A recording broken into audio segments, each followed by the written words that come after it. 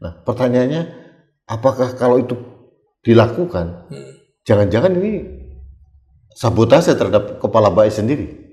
Bisa nggak dimaknai seperti itu? Ya, jadi harus kita garis bawahi dulu bahwa kritik terhadap pemerintah kan seperti kita podcast ini kan pasti melakukan kritik juga terhadap konstruktif tapi konstruktif ya. Kritik terhadap pemerintah jangan dianggap semuanya sebagai ancaman terhadap negara. Itu harus digarisbawahi dulu. Nah, di titik ini menurut saya operasi intelijen itu bisa bergeser dari state security menjadi rejim security. Ini kan harus ada penjelasan dulu nih sebenarnya. Apa? Ini melindungi negara atau melindungi kekuasaan pemerintah? Oke. Nah, ini kalau seperti itu melindungi kekuasaan itu bisa mengancam demokrasi, Mas. Jadi kita harus juga ingatkan kepada badan-badan intelijen termasuk lembaga seperti TNI dan Polri. Anda tidak boleh menjadi alat penguasa.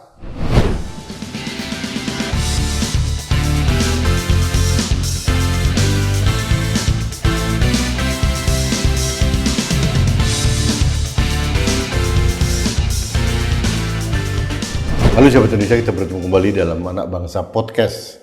Sobat Indonesia, tragedi penyiraman air keras kepada Wakil Koordinator Kontras Andri Yunus berbuntut panjang. Kejadian yang dilakukan oleh beberapa oknum tanggal 12 Maret 2026 yang lalu masih menyimpan banyak pertanyaan. Nah, yang terakhir kita mendengar kabar Kepala Badan Intelijen Strategis atau BAIS TNI menyerahkan jabatannya atau mengundurkan diri. Nah, untuk membahas hal ini, saya mengundang narasumber yang sangat mengetahui tentang militer. Beliau seorang pengamat militer dan pertahanan, Dr. Selamat Ginting. Mas Selamat, selamat datang. Ya. Selamat Lebaran juga. Siap.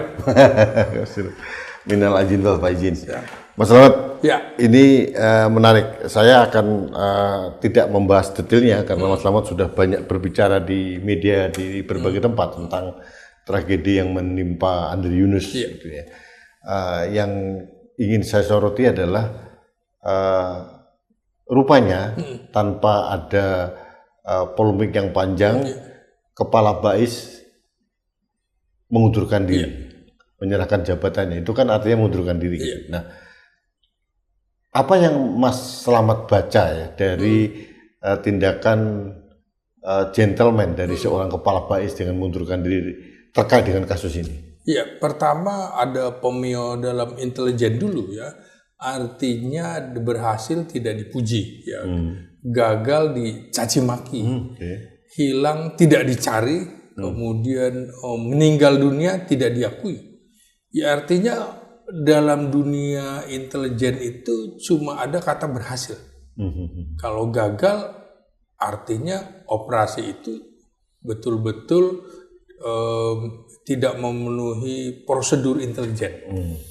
Nah, saya kira ini bentuk kesatria yang dilakukan oleh Letnan Jenderal Yudi Abrimantio ya. Karena ini kan perwira tinggi paling senior yang masih aktif, lulusan Akademi Militer 1989. Itu lebih senior dari Panglima TNI ya? Lebih senior daripada Panglima TNI. Dia seangkatan dengan Kasal Laksamana Muhammad Ali, terus Sesmenko Polkam, Letjen Muhammad Hasan. Nah, jadi peristiwa pengunduran diri atau penyerahan jabatan ini breaking news ya di mana-mana karena mengejutkan. Artinya ada pengakuan pertanggungjawaban dari institusi BAIS TNI dalam hal ini pimpinannya. Kan tidak ada istilah prajurit yang salah. Yang ada adalah komandannya, yang ada adalah kepalanya. Ya berarti Letjen Yudi. Menarik adalah Letjen Yudi ini menjadi Kabais di eranya Prabowo. dikenal sebagai orang dekatnya Presiden Prabowo. Sebelumnya kan berdinas di Kementerian Pertahanan pada saat Prabowo menjadi Menhan. Nah, posisi Kepala BAIS itu adalah orang yang disorot karena lembaga ini betul-betul lembaga yang strategis sekali ya, punya kemampuan semua atase pertahanan atau atase militer itu di bawahnya Kabais. Ya kan? Jadi dia memantau intelijen asing, memantau kondisi di dalam negara. Nah, badan intelijen ini secara prinsip tentu saja bekerja untuk kepentingan negara. Jadi sebelum saya masuk ke masalah terkait dengan penyiraman air keras kepada Andri Yunus saya ingin mengelaborasi dulu terkait dengan pengunduran diri dari Kepala BAIS ini. Ini kan belum menjadi tradisi kita. Iya, betul. Seorang pejabat tinggi gitu ya merasa bertanggung jawab setelah mengundurkan diri. Kalau kita mereference kasus cebongan misalnya, itu Pangdam dicopot, gitu. Dicopot artinya dilakukan oleh atasan yang paling tinggi. Ini kan tidak. Sebelum dicopot atau ditindakan malah mengundurkan diri. Gitu. Nah, ini sebenarnya kan menjadi tradisi yang baik sebetulnya kalau terjadi hal seperti ini. Nah, apakah ke depan menurut Mas Slamet TNI itu akan bisa seperti itu?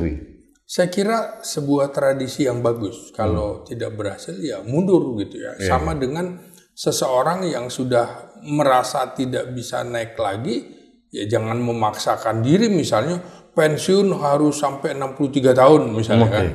Jadi menurut saya yang harus dikupas karena ini belum terungkap.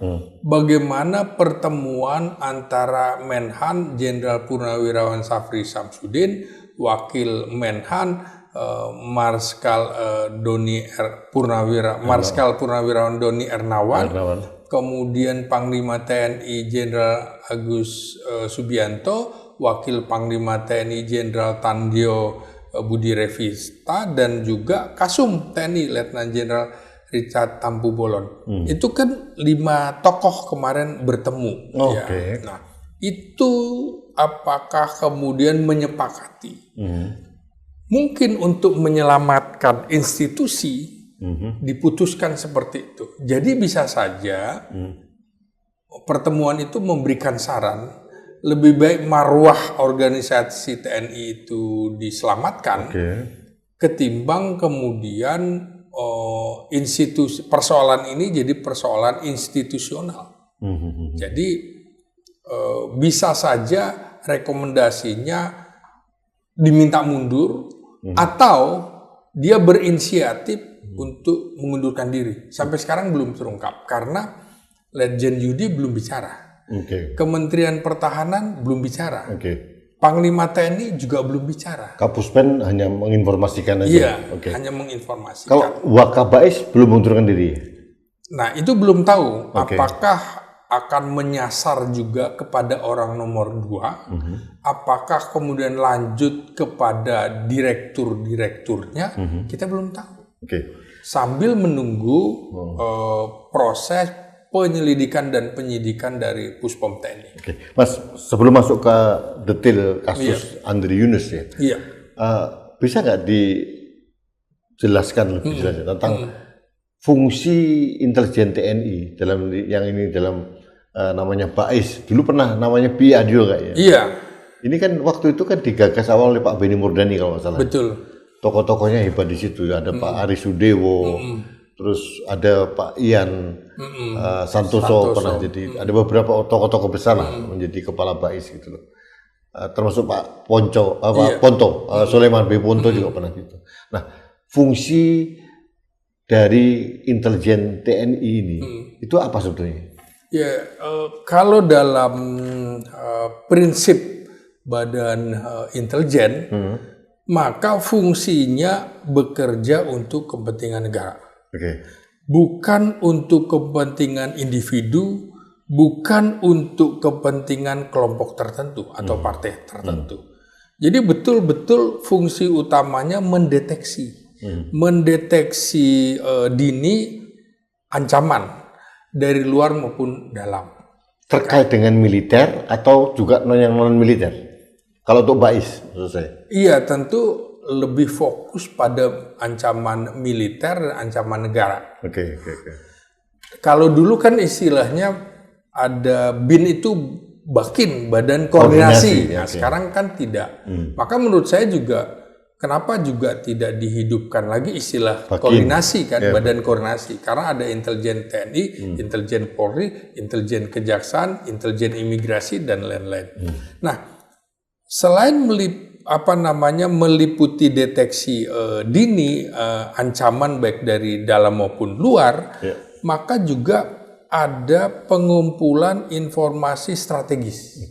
Jadi dia mengumpulkan informasi dan juga mencegah gangguan terhadap stabilitas nasional.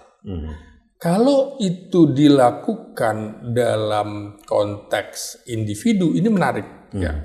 Apakah betul keempat pelaku yang diduga pelaku itu melakukan aktivitas individu atau bukan? Nah, itu perlu ditelusuri, apalagi menyasar aktivis. Nah, Oke, ini pertanyaan saya, Mas, sebelum masuk ke teknis.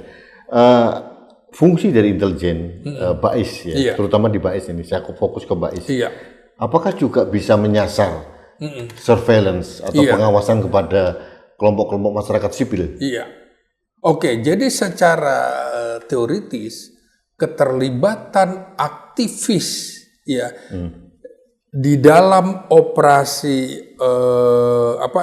operasi intelijen yang menyasar aktivis, menurut saya bisa dibenarkan ya, dengan catatan jika ada indikasi kuat terkait ancaman nyata terhadap negara. Sisi aktivis itu misalnya apakah terkait dengan jaringan terorisme?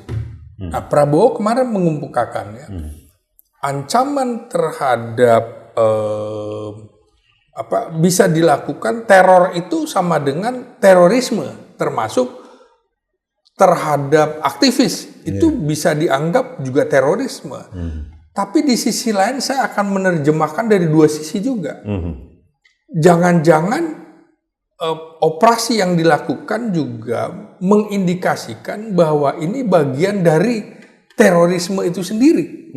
Nah, artinya ada keterlibatan jaringan terorisme internasional, ada keterlibatan jaringan agen asing misalnya, dan berhubungan dengan operasi intelijen asing. Kita tidak tahu apakah siapa sebenarnya Andri Yunus itu, kita nggak tahu. Yang kita tahu barangkali hanya aktivis HAM, aktivis yang mengkritisi pemerintah. Kita butuh aktivis-aktivis seperti itu di negara demokrasi. Mas, kalau kita lihat, kalau kita bicara rekam jejak Andri Yunus nih, setahun yang lalu, kira-kira bulan Maret juga kalau tidak salah. Iya, betul, persis. Andri Yunus itu kan pernah melakukan penggerebekan di Hotel Fairmont waktu itu, pada saat panja revisi Undang-Undang TNI. Apakah ini terkait kejadian ini dengan rekam jejak dari Andri Yunus, dan kalau itu terkait, apakah itu dianggap sebagai ancaman terhadap kedaulatan negara sehingga dia harus menjadikan target operasi? Bisa juga mereka menerjemahkannya seperti itu. Artinya si pelaku mungkin juga menerjemahkan seperti itu. Kan nggak mungkin nggak ada kaitan. Aksi-aksi yang dilakukan Andri Yunus misalnya, soal benar atau salah kita nggak tahu. Kita kan hanya menganalisis. Apakah dalam situasi ini aktivis itu bukan dilihat sebagai aktivis dalam tanda petik, tapi mungkin dalam kacamata aktor intelijen dia diduga terkait dengan ancaman terhadap keamanan negara. Itu satu. Yang kedua, memang ada potensi risiko penyimpangan yang dilakukan oknum anggota TNI itu. Nah, masalahnya bisa muncul ketika aktivitas intelijen tidak berbasis ancaman nyata. Kita nggak tahu Kita tidak mendapatkan laporan apakah aktivitas yang dilakukan Andri Yunus itu mengancam negara atau jangan-jangan hanya perbedaan pandangan politik, ya kan? Ya, kan boleh aja kalau beda begitu pandangan politik. Menurut Mas Selamat yang dilakukan oleh 4 orang dari BAIS TNI ini merupakan inisiatif dari satu kelompok tertentu atau operasi resmi dari BAIS menurut Mas Selamat? Nyaris tidak ada di dalam tubuh militer itu berdiri sendiri. Nah, tapi bisa juga ada oknum yang barangkali kesal gitu kan. Ini kok mengoyo-oyo TNI terus gitu kan. Ya, sementara tidak mengoyo-oyo, tidak mengkritisi institusi tetangga misalnya kan. Itu juga bisa membuat mereka jengkel. Tapi kalau ini menjadi operasi resmi dari BAIS dengan melakukan tindakan yang brutal seperti itu kan akan kontraproduktif terhadap BAIS ya. Artinya begini, kalau saya bandingkan begini, apakah tidak lebih elegan atau lebih produktif kalau dilakukan penggalangan dengan dialog dengan mereka misalkan? Dengan para aktivis-aktivis ini diajak dialog kan jauh lebih konstruktif dan mempunyai nilai edukasi yang sangat tinggi terhadap HAM gitu ya. Nah, kalau ini kan tidak. Kalau ini dianggap sebagai operasi. Nah, kalau tidak operasi atau itu dianggap sebagai subordinasi dari kebijakan resmi dari lembaga itu gitu. Nah, pertanyaannya apakah kalau itu dilakukan, jangan-jangan ini sabotase terhadap kepala BAIS sendiri? Bisa nggak dimaknai seperti itu? Ya, jadi harus kita garis bawahi dulu bahwa kritik terhadap pemerintah kan seperti kita podcast ini kan pasti melakukan kritik juga terhadap konstruktif tapi konstruktif ya. Kritik terhadap pemerintah jangan dianggap semuanya sebagai ancaman terhadap negara. Itu harus digarisbawahi dulu. Nah, ketika terjadi penggunaan kekuatan atau koersif ya, ini kan militer dan polisi adalah lembaga yang diberikan mandat oleh negara untuk bisa melakukan tindakan kekerasan. Bahkan untuk membunuh juga bisa atas nama negara, bisa bertindak di luar hukum. Nah di titik ini menurut saya operasi intelijen itu bisa bergeser dari state security menjadi rejim security. Ini kan harus ada penjelasan dulu nih sebenarnya. Apa? Ini melindungi negara atau melindungi kekuasaan pemerintah. Nah, ini kalau seperti itu melindungi kekuasaan itu bisa mengancam demokrasi. Jadi kita harus juga ingatkan kepada badan-badan intelijen termasuk lembaga seperti TNI dan Polri. Anda tidak boleh menjadi alat penguasa. Nah, karena itu menurut saya kembali ke perspektif hukum dan demokrasi. Di dalam negara demokrasi itu wajar kritik terhadap pemerintah itu wajar dan berbeda pandangan politik itu adalah sah diatur di dalam undang-undang. Kebebasan mengeluarkan pendapat, berkumpul, berserikat. Nah, intelijen di sini tidak boleh melakukan penindakan hukum langsung. Nah, karena ada domain penegak hukum. Kalau misalnya Andri Yunus dianggap melakukan pelanggaran hukum, maka bukan ranah dari intelijen atau militer. Jadi apapun ya, operasi intelijen itu termasuk operasi militer tetap harus tunduk kepada hukum, pada pengawasan sipil dan mekanisme akuntabilitasnya. Nah, akuntabilitasnya itu transparan. Oke Mas, kalau dari penjelasan Mas Selamat tadi, menurut analisis Mas Slamet, ini lebih terkesan apa indikasinya ya dari sejauh yang sampai hari ini yang kita diskusikan masalah Andri Yunus ini lebih cenderung operasi resmi dari institusi Bais itu sendiri atau kreativitas dari kelompok tertentu dalam tubuh Bais menurut Mas Slamet? Dua-duanya bisa, Mas. Dua kemungkinan itu bisa. Nah, tapi kan begini, kalau kita tarik lagi dengan respon dan pernyataan dari Presiden bahwa Presiden juga mengutuk dan akan minta untuk diusut tuntas gitu. Jangan-jangan ini juga bisa dimaknai kelompok tertentu yang ingin menjatuhkan nama baik Presiden, bisa nggak ini? Karena ini dampaknya luar biasa. Sangat bisa. Ini kan kalau Mas Slamet tadi bilang bahwa ini kalau terjadi bahwa masyarakat sipil dikooptasi dengan kelompok intelijen militer gitu, itu kan merusak demokrasi yang luar biasa. Persis. Dengan asumsi indeks persepsi korupsi kita, demokrasi kita sedang juga lagi jatuh-jatuhnya. Gitu. Nah, Pak Prabowo kan tidak mau bahwa demokrasi kita semakin jeblok di era kepemimpinannya. Pasti akan berusaha keras untuk menaikkan demokrasi itu. Nah, dengan kejadian ini kan yang terjadi sebaliknya justru. Persis. Anda menduga ini Presiden tahu atau tidak hal seperti ini? Nah, menarik ini. Apakah ini betul-betul oknum atas inisiatif sendiri menerjemahkan kata-kata? Kan kemarin ada pernyataan dari Presiden, ada juga cendekiawan, saya nggak tahu persisnya yang tidak konstruktif gitu kan. Akan menertibkan para pengamat lah. Nah, kira-kira jangan-jangan diterjemahkan di bawah seperti itu juga. Tapi waktu itu kan kalau kita lihat konteksnya Presiden bicara kan konteksnya masalah ekonomi gitu. Masalah ekonomi kan. Jadi pengamat ekonomi yang disorot oleh Presiden gitu.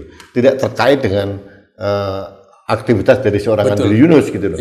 Nah, kan ini jauh sekali penyimpangan pemaknaan dari apa yang diinginkan oleh Presiden sebetulnya. Nah, karena itu ini kan kita harus juga mengingatkan kepada institusi kekerasan bahwa aktivis itu dilindungi oleh negara sebagai bagian dari kebebasan berekspresi. Artinya apa? Pengawasan terhadap aktivis boleh dilakukan juga oleh aparat negara, tapi harus harus terbatas dan sah dalam pengertian tindakan represif tanpa dasar hukum adalah pelanggaran. Maka dalam konteks Indonesia menurut saya ada Badan Intelijen Negara, ada Badan Intelijen Strategis TNI, keduanya memiliki mandat keamanan nasional, namun secara normatif aktivitas intelijen juga harus mengacu pada Undang-Undang Intelijen Negara. Nah, di Undang-Undang Intelijen Negara itu jelas tidak boleh melanggar HAM. Harus ada kontrol politik dan hukum. Kita melakukan wawancara podcast ini bagian dari pengawasan. Jadi kita tetap harus ingatkan institusi TNI harus kita selamatkan, institusi Badan Intelijen TNI harus kita selamatkan. Ya silakan oknum atau personilnya ditindak kalau itu melanggar Undang-Undang Intelijen Negara.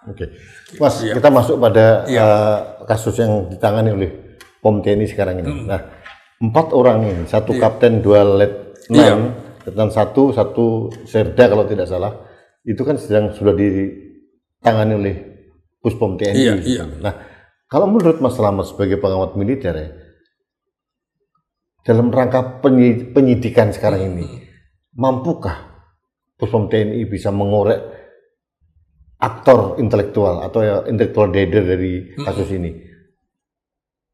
Kami dari publik sipil itu agak skeptis ya dari itu. Jangan-jangan hanya menghukum 4 orang ini. Gitu. Nah, kita semua agak meragukan kalau ini benar-benar murni dilakukan oleh kapten ke bawah ini. Gitu. Masa sih seorang militer berani melakukan tindakan-tindakan yang sangat-sangat ekstrim begitu ya, yang berpotensi merusak nama baik institusinya gitu. Nah, pertanyaan saya itu, mampukah Puspom TNI itu bisa mengorek kerjaan ini, perintah eksekusi ini sampai ke aktor intelektualnya menurut Mas Nol? Harusnya mampu, jangankan cuma kapten, ya kan? Perwira tinggi, Letnan Jenderal atau bintang 3 sudah banyak diproses. Ada. Pernah terjadi ya? Dalam waktu belakangan ini hanya beberapa ini kan sama. Letjen Widi Prasiono itu bekas ajudan Presiden Jokowi. Diserahkan tuh ke kejaksaan, diperiksa kan? Artinya melalui kejaksaan pidana militer. Dan itu udah pasti diperiksa oleh polisi militer. Jadi menurut saya nggak usah ragu.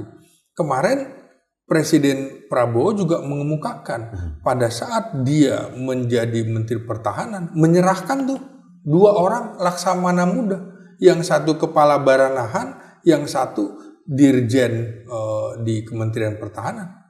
Itu diproses. Kasus satelit juga itu ya? Kasus satelit. Jadi jangan khawatir, menurut saya justru seperti KPK yang sekarang sedang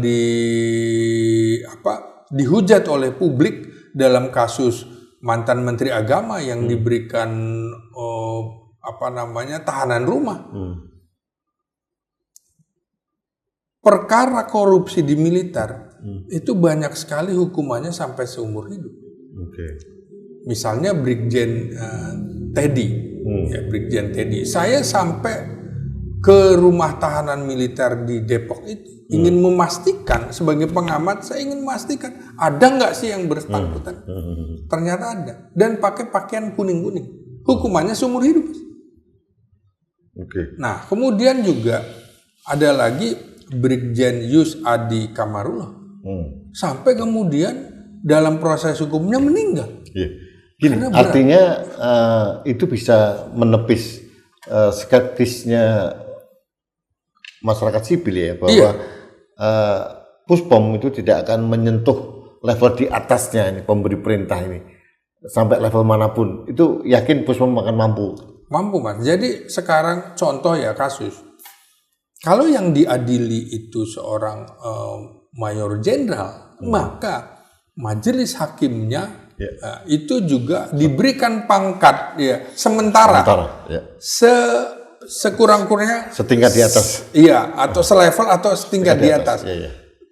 Kasus Letjen Jaja Suparman, contohnya bisa tuh diungkap walaupun sudah purnawirawan. Jadi menurut saya peradilan militer itu relevan di dunia manapun, mau di Amerika, mau di Inggris, mau di mana.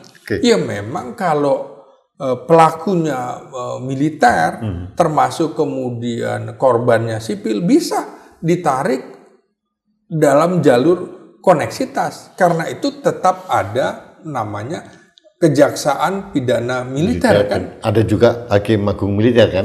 Dan peradilan militer itu berada di bawah payung Mahkamah Agung. Kamar militer. Kamar militer. Tapi kalau koneksitas selama ini yang terjadi itu kan yang terjadi adalah pelakunya, pelaku kejahatannya, tidak pidananya adalah militer bersama sipil gitu. Nah, ini kan agak berbeda.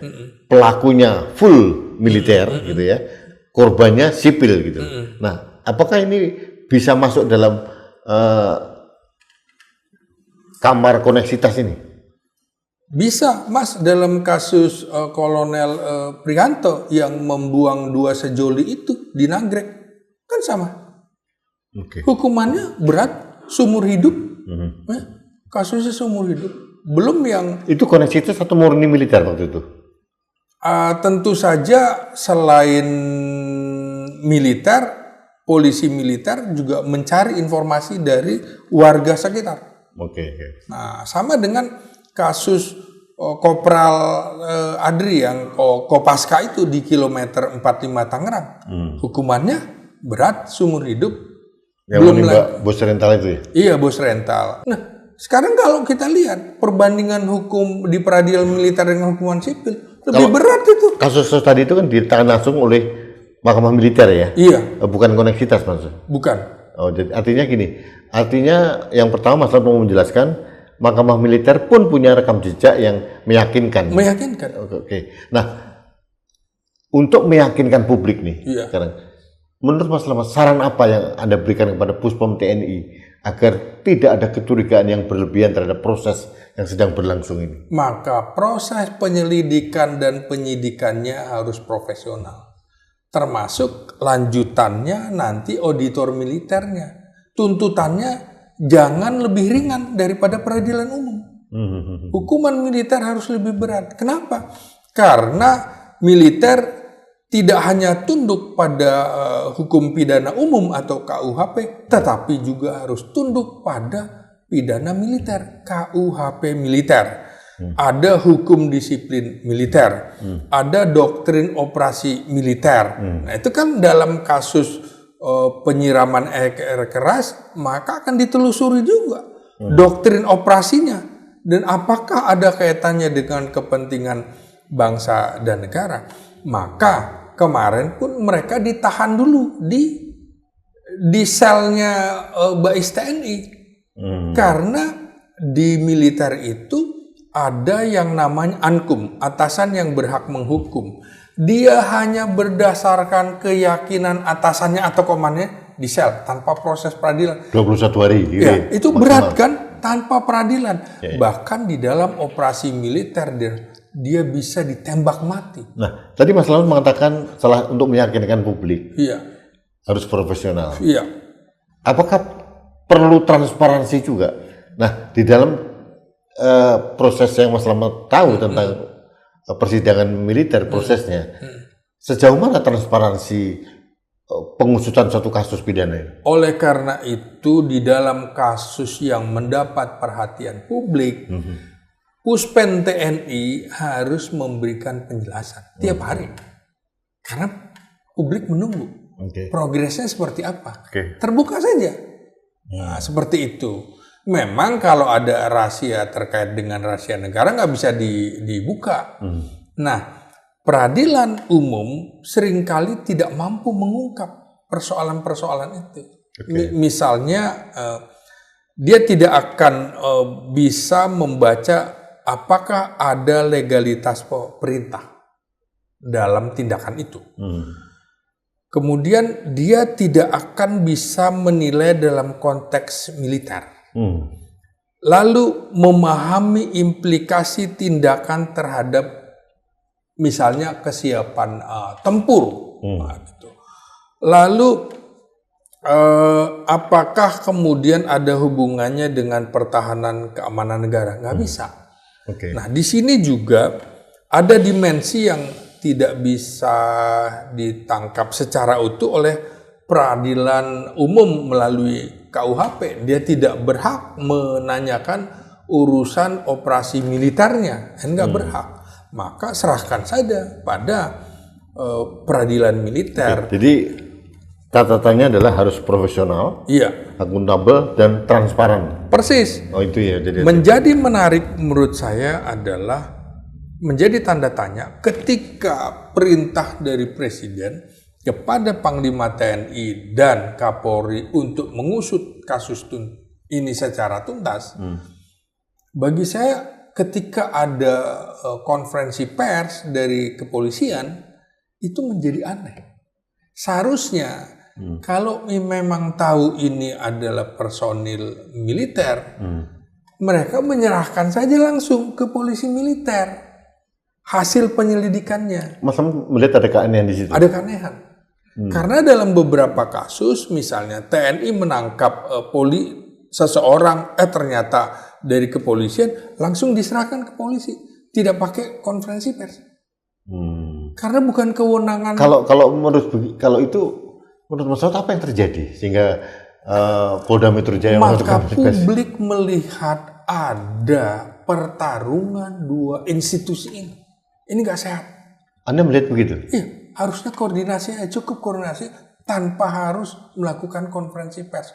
Dalam kacamata teman-teman di Kontras maupun LBH, justru mereka menyayangkan konferensi pers dari Puspen TNI. Mereka lebih cenderung kelihatannya kasus ini ditangani oleh pihak kepolisian. Menurut Mas Slamet, mengapa mereka terus kelihatannya lebih mendorong supaya ini tetap ditangani kepolisian. Saya kira nggak boleh ada penggiringan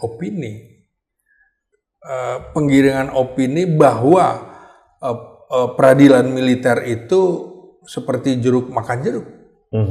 Buktinya mereka lebih fair. Mana teman-teman aktivis itu tidak meributkan kasus Kanjuruhan, di mana itu keterlibatan polisi, 100 orang meninggal, banyak, lebih dari 100.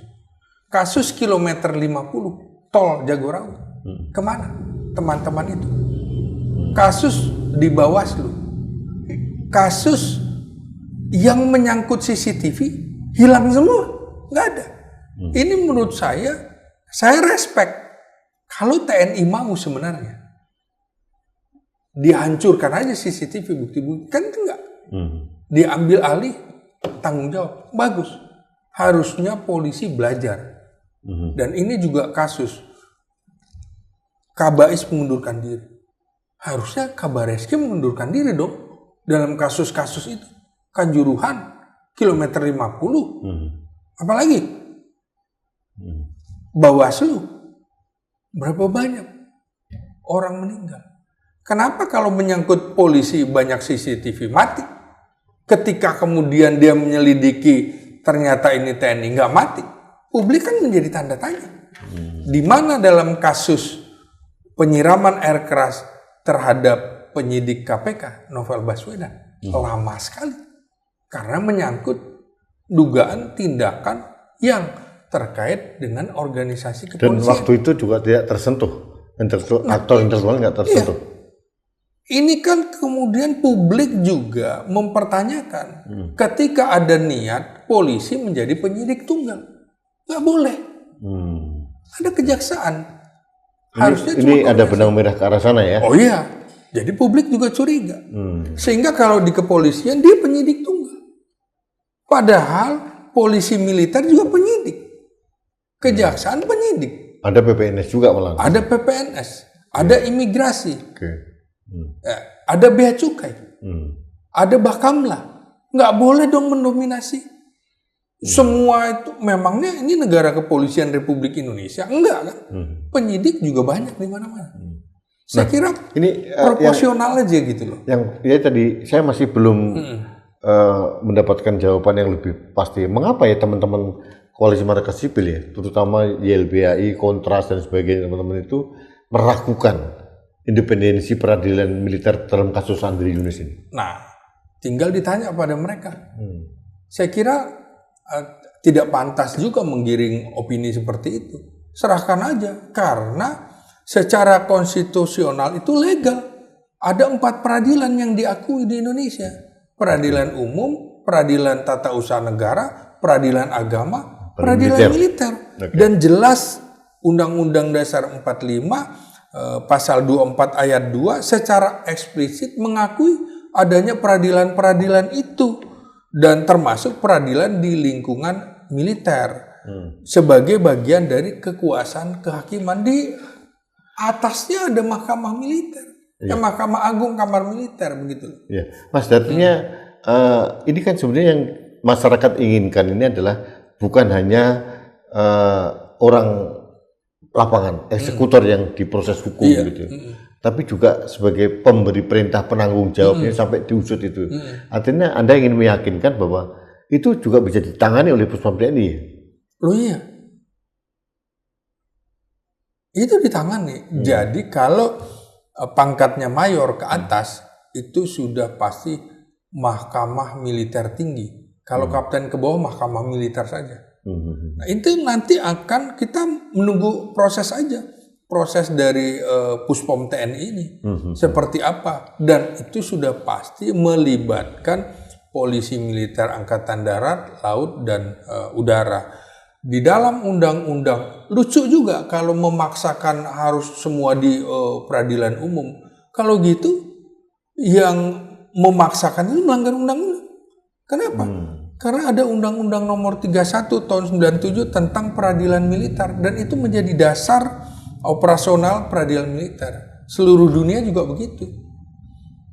Gitu. Tapi di Undang-Undang TNI yang itu kan juga sudah ada bahwa kalau itu menyangkut dengan tindak pidana umum, itu ditangani oleh peradilan umum. Tapi pertanyaannya memang tentang peradilan militer tahun 97 kan belum direvisi. Belum direvisi. Jadi sama juga di mana-mana juga begitu. Mereka punya kewenangan karena khawatir apakah operasi intelijen ini ada kaitannya dengan ancaman terhadap negara. Kan mereka kadang-kadang nggak bisa mengungkap, sama dengan Amerika. Tidak bisa mengungkap pembunuhan Presiden F. Kennedy itu oleh intelijen negara. Apakah Presiden John F. Kennedy itu merupakan ancaman bagi negara? Karena rahasia negara sampai sudah lebih dari 25 tahun pun belum dibongkar ya Mas. Menyangkut Presiden. Harusnya udah dibongkar ya? Harusnya udah dibongkar.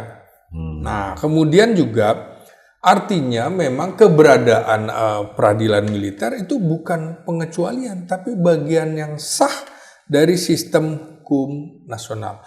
Memang ada keraguan-raguan seperti jeruk makan jeruk kan, khawatirnya seperti itu. Persepsi itu keliru, bisa keliru. Andai kata mereka bisa memahami kasus-kasus yang seperti saya bilang. Misalnya kasus Kolonel Laut Irfan siapa namanya, itu dihukum mati juga. Lebih berat kok. Contoh, mana kasus yang terkait dengan dalam 5 tahun, rentang 5 tahun, ada hukuman mati nggak? Ada hukuman seumur hidup nggak? Hukuman mati dihindari sekarang peradilan umum, tapi peradilan militer nggak.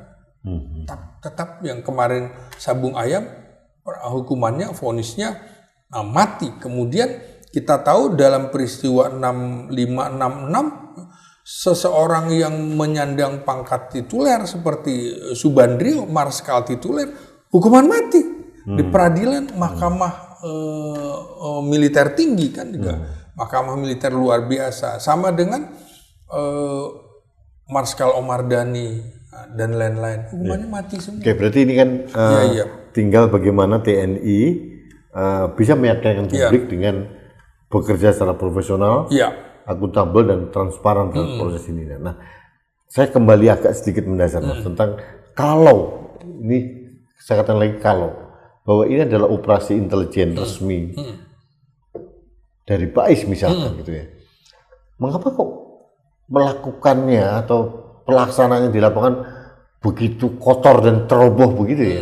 Satu, CCTV tidak dimatikan gitu ya. Yang kedua, pelakunya tidak pakai penutup kepala gitu ya. Jadi begitu mudah dikenali gitu. Mengapa seceroboh itu gitu? Kalau itu memang dianggap operasi resmi. Ya, masing-masing orang punya kualitas juga. Mungkin ini adalah perwira-perwira yang jam terbangnya mungkin belum tinggi juga. Ya, kemudian yang menarik itu adalah mereka bagian dari Denma, unsur pelayanan. Mas, ini saya masalah Denma ini. Saya mau tanyakan lebih lanjut. Pernyataan pertama dari Puspom TNI bahwa mereka ini 4 orang yang dari Denma. Sedangkan menurut beberapa tokoh intelijen dan pernah menjadi kepala dari Pak itu sendiri, Denma itu kan tidak masuk wilayah operasi. Dia hanya melakukan aktivitas pelayanan markas gitu, pelayanan administrasi dan sebagainya. Nah, kalau ini di Denma, apakah ini mereka ini melakukannya atas inisiatif atau kelompok tertentu, atau hanya kebutuhan orang itu dimanfaatkan atau bagaimana? Atau untuk mencoba untuk mereduksi keterlibatan dari institusi? Nah, karena itu Mas, betul-betul kasus ini kan sudah diambil oleh Panglima TNI sebagai penanggung jawab, menyerahkan jabatan itu kepada Panglima TNI dan sekarang belum ada penggantinya. Itu menarik supaya bisa memastikan tidak ada friksi di dalam, ya kan? Misalnya, apakah ini kontra intelijen, ya kan? Maka orang-orangnya, menurut saya kemungkinan juga bukan cuma kepala BAIS nanti yang dicopot atau yang mundurkan diri, tapi kemungkinan ada pihak-pihak yang lain juga. Karena menurut saya penyerahan jabatan itu kepada Panglima TNI maka bisa ditafsirkan ada kebutuhan untuk memastikan tidak terjadi friksi internal dan juga loyalitas ganda. Karena kalau ditarik, dia bukan komandan lagi, kan dia tunduk pada komandan, sekaligus juga supaya tidak menghambat proses hukum yang terjadi. Ketika dia sudah tidak mempunyai jabatan, kan beda. Nah, kemudian juga ini harus dibaca ada langkah sterilisasi supaya kasus ini tidak melebar kemana-mana, disterilkan ya, untuk membersihkan potensi residu konflik yang sangat mungkin terjadi. Apakah ada pertarungan elit, apakah ada kontra intelijen, apakah ada yang bertindak di luar batas komando. Kita tahu dalam beberapa peristiwa seperti peristiwa Santa Cruz kan ada yang dianggap bertindak di luar komando. Nah, sama dengan barangkali kasus-kasus yang lain. Jadi ini untuk melihat supaya bisa diteropong apakah ada residu konflik di dalam tubuh BAIS TNI agar tadi fungsi intelijen strategis tetap harus berjalan tanpa gangguan. Mas, saya hanya ingin mengingatkan juga ya bahwa kekhawatiran teman-teman masyarakat sipil ya, terhadap peradilan militer ini juga berkaca pada kasus yang belum terlalu lama lah. Baru 35 tahun sekian lah. Kasus penculikan aktivis, 23 aktivis itu. Yang dilakukan oleh tim Mawar waktu itu, tahun 96-97. Waktu itu kan hanya menyasar pada pelaksana di lapangan dan pemberi perintah, tidak masuk pada wilayah yang lebih tinggi lagi. Itu yang kita khawatirkan, itu hanya berhenti pada kolonel ke bawah waktu itu. Nah, menarik Mas, yang dalam kasus peristiwa 9899 itu menjadi lemah karena tidak memeriksa perwira tingginya. Nah, kalau ini dimasukkan kepada peradilan umum, maka sulit mengungkap rantai komandonya. Siapa yang memberi perintah, ya kan? Siapa yang bertanggung jawab? Lalu dalam disiplin militer itu, apakah tindakannya melanggar standar operasi militer atau tidak? Maka dalam situasi operasional juga, peradilan militer atau penyelidikan dan penyidikan oleh polisi militer TNI di situ akan bisa diungkap. Ini dalam kondisi damai atau konflik? Ini kan umum nggak bisa. Lalu apakah ada tekanan dari lapangan, dari atasannya atau tidak untuk melakukan operasi? Apakah ada risiko keamanan? Yang namanya intelijen, operasinya risiko tinggi, Mas. Ya kan? Ya tadi itu yang seperti saya bilang, berhasil aja tidak dipuji, ya kan? Gagal tuh pasti dicaci maki kan? Nah makanya ketika tertangkap, ya pasti nggak diakui, Mas. Yaitu standar operasi intelijen dunia itu. Ya kalaupun meninggal nggak diakui sebagai anggotanya. Jadi ya itu yang harus dipahami. Nah, kalau operasi intelijen yang dikatakan Mas Slamet adalah operasi berisiko tinggi itu. Pertanyaan saya memang kenapa seceroboh itu gitu, pelaksanaan di lapangannya, eksekusi di lapangannya itu. Apakah ini memang kualitas pelaksana yang tidak mumpuni atau jangan-jangan kesengajaan ini untuk mensabotase institusi tertentu? Ada pemikiran begitu, Mas? Bagaimana Mas menanggapi itu? Iya, sah-sah aja orang punya persepsi seperti itu. Nggak bisa dibenarkan, nggak bisa disalahkan. Ya kan, persepsi. Tinggal kemudian bagaimana TNI menjawab persepsi-persepsi itu, persepsi-persepsi publik. Tapi yang jelas kepatuhan terhadap hukum humaniter itu juga wajib fardu ain bagi TNI. TNI untuk menghormati hukum humanitar. Ini penting menurut saya karena di dalam militer itu kesalahan individu bisa berdampak sistemik terhadap satuan militer bahkan terhadap negara. Ini kan jadinya negara dilihat, loh kok intelijen lu kayak gitu, kok nggak profesional. Nah, Itu kesan yang muncul di masyarakat. Iya, jadi orang-orang yang mengamati intelijen nggak profesional amat kan kita.